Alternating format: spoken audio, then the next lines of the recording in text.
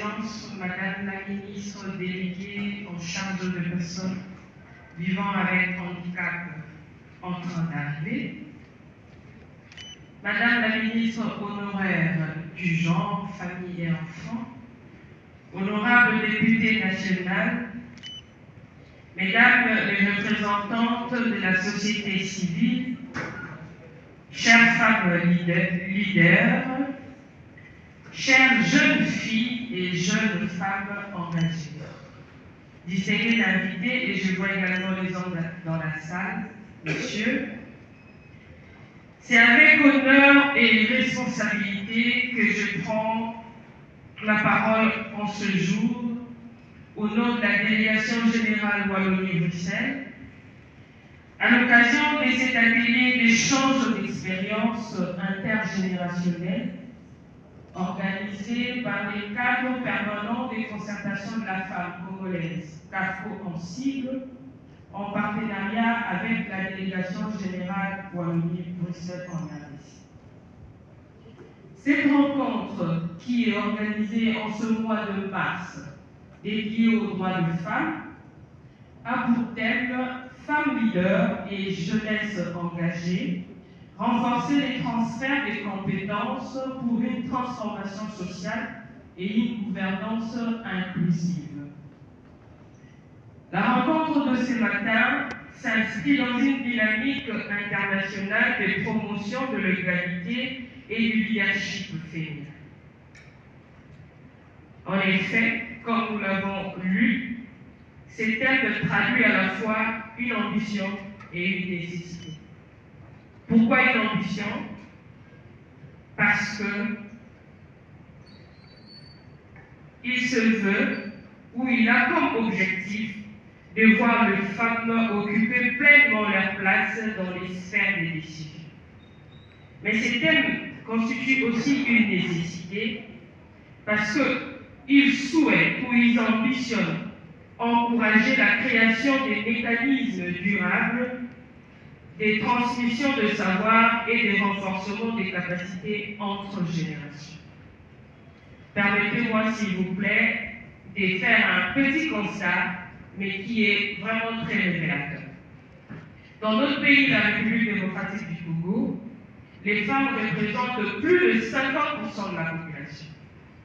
Et les femmes jouent un rôle essentiel dans la vie sociale, économique et politique aussi. Elles sont majoritairement dans les activités économiques, formelles comme informelles. Elles sont très présentes dans des initiatives communautaires. Elles constituent un pilier essentiel de la résilience des ménages, notamment ici à Kinshasa et d'ailleurs partout dans toutes les provinces de la RDC. Malgré cette contribution significative de la femme, son accès aux instances décisionnelles demeure encore limité en raison des contraintes structurelles, socio-culturelles ou encore institutionnelles. À titre d'exemple, la représentation de femmes dans les institutions nationales demeure encore largement en deçà des engagements en matière d'égalité. Dans plusieurs instances décisionnelles, la proportion de femmes reste inférieure à 20% et parfois bien en dessous, notamment au niveau local et communautaire. Et que dire des Kinshasa? Malgré cette forte mobilisation de femmes, de jeunes, au sein des universités, des organisations de la société civile, malgré la forte prédominance des femmes entrepreneurs, leurs accès à des espaces d'influence restent toujours limités. Et que dire des contraintes? Il y en a plusieurs. Et parmi les contraintes, il y a notamment la persistance des normes socio-culturelles, un accès illégal aux opportunités, mais aussi l'insuffisance des mécanismes structurés, des mentorats, des transmissions des expériences et des valorisations de parcours féminins. Et c'est précisément pour ça que nous sommes ici ce matin. Nous voulons, entre autres, contribuer à relever ces défis. Nous avons appris récemment que le CAFCO, à travers son engagement constant en faveur du leadership féminin, contribue activement à la valorisation des compétences de femmes et à leur participation accrue au processus de décision. Son programme académique CAFCO en est une illustration concrète en favorisant le mentorat, la formation et les partages d'expériences. Ça colle très bien avec ce que nous faisons. Nous, Wallonie-Bruxelles. Nous sommes très engagés dans les actions visant la promotion du leadership féminin dans tous nos programmes de coopération avec la RDC et même partout dans le monde. D'ailleurs, l'engagement de Wallonie-Bruxelles en faveur de la promotion de femmes ne se limite pas que par un appui extérieur. Même au sein de notre propre institution, les femmes occupent une place prépondérante. Elles occupent des fonctions de direction. Et dans certains cas, elles sont dans certaines délégations au niveau dans le monde, les femmes sont majoritaires. D'ailleurs, ici même, dans ces lieux où nous vous accueillons, la directrice du centre Wallonie-Bruxelles est une femme. Et dans l'équipe de la délégation, il y a des femmes qui occupent des positionnements assez importants.